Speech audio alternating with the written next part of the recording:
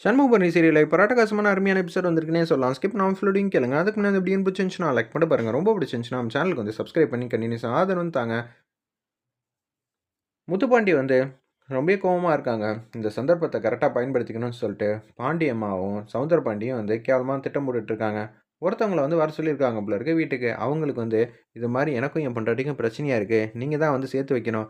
"டேய்! இத பஞ்சாயத்துல போய் சொல்லுடா. அவங்க வந்து சேர்த்து வைப்பாங்க." அப்படின்னு சொல்லும்போது, பக்கத்துல சிவபாலனு பாக்கியம் எல்லாரும் நின்னுட்டு இருக்காங்க. முத்துப்பாண்டியிலேருந்து எல்லாரும்.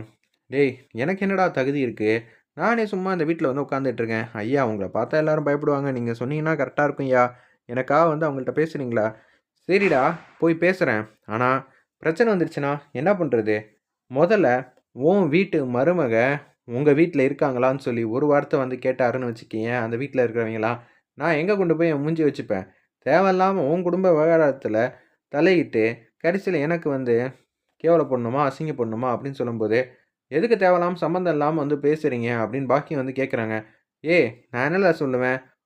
உன்னோட பையனுக்கே அவளோட மனைவி வந்து வாழ வரமாட்டேன்னு சொல்லிட்டு இருக்கிறப்ப, நீ எல்லாம் என்னய்யா பெரிய மனுஷன்? என் வீட்டு வாசல்ல நின்னு மொற மாசல் பண்ணிக்கிட்டு இருக்க." அப்படி இப்படிங்கிற மாரி பேசிட்டா, நான் என்ன பண்ணுவேன்? அப்படின்னு சொல்லி சௌந்தரபாண்டி வந்து, முத்துப்பாண்டி வந்து கொஞ்சம் கோவமா வந்து பேசுறதுக்காக வந்து டியூன் பண்ணிக்கிட்டு இருக்காங்க. "அப்பா, என்ன எதுக்குப்பா இந்த விஷயத்துல வந்து இழுக்குற? டேய்! இவன் வந்து கேட்குறான்டா, என்ன கொண்டு போய் வந்து பெரிய மனுஷன்னு மதிச்சு, அந்த வீட்ல முன்னாடி வந்து நிப்பாட்ட பார்க்குறான். ஒரு வீட்டுக்கு போறதுக்கு முன்னாடி, அங்க என்னென்னலாம் பேசுவாங்கன்னு கொஞ்சமாவது யோசிச்சு, அதுக்கப்புறம் போய் பேச ஆரம்பிக்கணும். இப்படியெல்லாம் கேட்டாங்கன்னா என்ன பண்ணுவாங்க? என்னால்லாம் வர முடியாது. சரில, நான் வந்து பேசினதுக்கு அப்புறமும், உன்னோட பொண்டாட்டி அதே மாரி முடிவெடுத்துட்டா என்ன பண்ணுவ? ஐயா! நான் கை நெறைய சம்பாரிக்கிறேன். அப்படி இருக்கும்போது, இன்னொரு கல்யாணம் வந்து பண்ணிற மாட்டேனா? என் அத்தை மகன் எனக்கா வந்து காத்துக்கிட்டு இருக்கா. சரில, அப்புறம் என்ன? அது மாரியே செய்ய வேண்டியதானே! நீங்க சொல்ட்டீங்கல்லையா, நான் கல்யாணம் வந்து பண்ணிர்றேன்னு சொல்லிட்டு அவங்க பாட்டுக்கு போறாங்க. சாதாரண ஒரு இடத்துல வேலை பார்த்துட்டு இருக்கான். மாசத்துக்கு 25,000, 30,000 தான் சம்பாரிக்கிறான். அவனுக்கு இருக்கிற தைரியம் கூட முத்துப்பாண்டிக்கு இல்லாம போயிடுச்சே! அப்படி இப்படிங்கிற மாரி செம கோவத்தின் உச்சத்தில வந்து பேசுறாங்க சௌந்தரபாண்டி. "நீ ஏன்டா இந்த விஷயத்த வந்து எஸ்ஐ கிட்ட சொல்ல முடியாது? எஸ்ஐ கிட்ட சொன்னனா கண்டிப்பா வரதான் போறான். ஆனா நீயெல்லாம் சொல்ல மாட்டடா. அவனுக்கு இருக்கிற தைரியம் ஏன்டா உனக்கு இல்ல?" அப்படி இப்படின்னு சொல்லி நம்ம முத்துப்பாண்டிய வந்து கன்னா பின்னான்னு திட்டுறாங்க. சரிப்பா அப்படின்னு சொன்னோனே, "டேய் அந்த மனுஷன் தான் ஏதாவது சொன்னாங்கன்னு சொல்லிட்டு, நீ எதுவும் பேசிட்டு இருக்காத. அப்புறம் சரிப்பட்டு வராது." அப்படின்னு சொல்லிட்டு இருக்காங்க. "என்னம்மா சொல்ற? அப்பா பேச்ச பேச்சும் கேட்கக்கூடாதுங்கிற? நீ சொன்ன விஷயத்துக்காக நான் 4 வாட்டி வந்து இறங்கி இறங்கி போயிட்டேன். அப்ப கூட வந்து அவ ஒத்துக்க மாட்டேங்கிறா. என்ன என்ன பண்ண சொல்ற?" அப்படின்னு சொல்லும்போது, "சரில நீ இப்ப போ.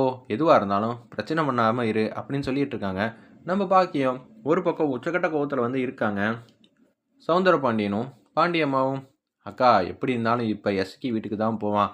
நான் கேட்ட மாரி கண்டிப்பா அவன் கேட்பான். அதுக்கப்புறம் என்ன நடக்க போகுதுன்னு மட்டும் பாரு." அப்படின்னு சொல்லி யோசிச்சுட்டு இருக்கிறப்ப, எஸ்கி வந்து கடைய தொறந்து வச்சுட்டு இருக்காங்க. அப்பன்னு பார்த்து சோப்பு வேணும், சீப்பு வேணும், ஷாம்பு வேணும்னு சொல்லி எல்லாரும் வந்து கேட்டுட்டு இருக்காங்க. "மொத போனி வரட்டும். நாங்க குடுக்குற காசுலாம் பார்த்தா உனக்கு காசா தெரியலையா? என்னது மொத போனி வரட்டும்ங்கிற?" உடனே வந்து நம்ப பரணி வந்து பேசுறாங்க. "என் அண்ணன் கண்டிப்பா வந்து வரமாட்டான். நீ என்னடி ஓவரா வந்து பெர்ஃபார்ம் பண்ணிட்டு இருக்க? ஒவ்வொரு வாட்டியும் வந்து உன்கிட்டயும், உன் அண்ணன்கிட்டயும் எங்க அண்ணன் அசிங்கப்படுறது தான் வேலையா? அவன் சத்தியமா வந்து இனிமேட்டு வரவே மாட்டான்." அப்படின்னு சொல்லும்போது, என் மாமாவ பத்தி எனக்கு தெரியும். அவர திட்டிட்டு போனாலும் கண்டிப்பா வந்து இங்க தான் வருவாப்புல அப்படின்னு சொல்லும்போது, "அக்கா மொத போனி வரட்டும்ங்கிற மாரி பேசுறப்ப, மரியாதையா வந்து ஜாமான் கேட்கிறவங்களுக்கு காச வாங்கிட்டு, ஜாமான வந்து குடுக்குற வழிய பாரு. அதுக்கப்புறம் உன் சௌரியம்ன்னு சொல்லிட்டு அந்த இடத்துல வந்து கோலம் போடுறாங்க. உடனே "சீக்கிரம் குடும்மா, என் புருஷன் வந்து வெளியில வாசல்லாம் போணும்ல, வேலைக்கெல்லாம் போணும்லன்னோனே" காச வாங்கிட்டு அப்படியே வந்து ஷாம்பு, சீப்பு, சோப்பு இதெல்லாம் வந்து வித்துக்கிட்டு இருக்காங்க அந்த இடத்துல. ஒரு பக்கம் நம்ம முத்துப்பாண்டி வந்து வந்துட்டாங்க. அப்பன்னு பார்த்து கோலம்லாம் போட்டு முடிச்சுட்டு, இப்ப தான் வந்து நம்ப பரணி வந்து வீட்டுக்குள்ள போறப்ப, கடுப்பாயி கேட்குறாங்க. மரியாதையா வந்து திரும்ப திரும்ப வந்து கேட்குறேன். கண்ண மூடுனாலே நீ தான் என் கண்ணுக்குள்ள வந்து நிக்கிற. அப்படி இருக்கும்போது மரியாதையா சொல்லு. என்ன ஏத்துப்பியா? மாட்டியா? நானும் வந்து தப்பு பண்ணாதப்ப உன்கிட்ட கால்ல விழுவாத குறையா தான் நிக்கிறேன். என்ன உன் கால்ல வந்து விழுவணுமா? விழுந்தா வருவியாடி? அப்படின்னு சொல்லி கேட்குறாங்க அந்த இடத்துல. உடனே வந்து எதுவும் சொல்லாம அமைதியா நிக்கிறாங்க.